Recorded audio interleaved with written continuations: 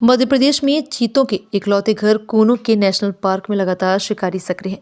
शिकारियों के हाथ भले ही चीतों तक नहीं पहुंचे, लेकिन तेंदुओं को मारकर उनकी खाल की तस्करी की जा रही है। तस्करी के इस कारोबार का खुलासा एमपी स्पेशल टास्क फोर्स और वाइल्ड लाइफ क्राइम कंट्रोल के जॉइंट ऑपरेशन अंकुश में हुआ।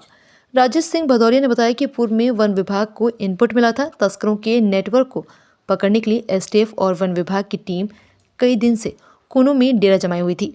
उस दौरान पता चला कि दिल्ली का डेरा रामगढ़ निवासी सुनील राठौर तस्करों और शिकारियों के बीच की अहम कड़ी है। सुनील ही तेंदुओं को मारने और उनकी खाल को बेचने की डील करता है। इसी बीच रात्रि के समय बाजार में सन्नाटा होने पर सुनील राठौर साथी रमेश राठौर निवासी दिल्ली का डेरा के पास तेंदुओं की खाल डिलीवरी देने के लिए निकले थे। टीम ने श्योपुर में बस स्टैंड के पास दोनों को दबोच लिया। इन्होंने कबूल कर लिया कि कोनू के आसपास रहने वाले कुछ मुंगिया शिकारी तस्करों के कहने पर तेंदुओं को मारते हैं। तस्कर खरीदारों से खाल की डील करते हैं। शिकारियों के ठिकाने से खरीदारों तक खाल पहुंचाने का काम उसका रहता है। आरोपी सुनील और रमेश के मुताबिक उनसे मिली खाल करीब 5 या 6 साल के तेंदुए की है और करीब 2 साल पुरानी है।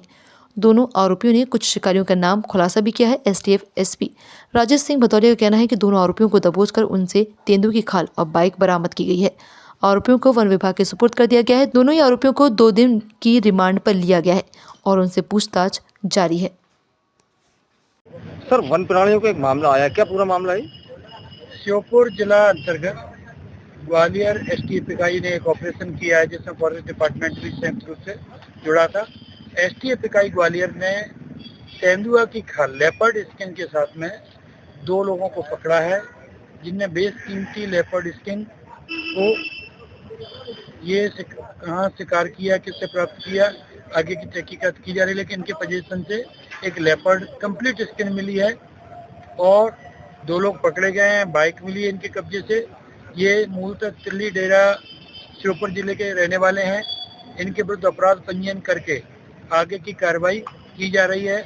एसटीएफ की जो यूनिट है, मध्य प्रदेश पुलिस एसटीएफ इकाई ग्वालियर, 11 सदस्यों ने इसमें 3 दिन तक लगातार जंगल में सर्चिंग की, जिसके परिणाम स्वरूप ये लोग पकड़े गए हैं। इस प्रकार का अभियान हमारे एसटीएफ के स्पेशल डीजी पंकज श्रीवास्तव साहब ने चलाया है, ऑपरेशन अंकुश।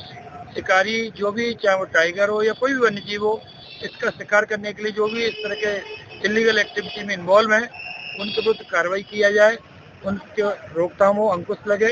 इसलिए हम लोग अभियान के स्तर पर इसमें कार्रवाई कर रहे हैं।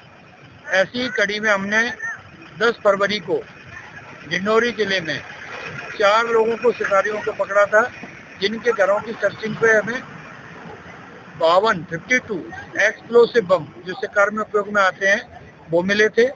इसके साथ साथ 940 केजी गांजा, 940 किलो गांजा, माने ये वन्य जीव के शिकार के साथ साथ गांजे में भी इन्वॉल्व है। ये पूरी एक टीम जबलपुर एसटीएफ इकाई द्वारा की।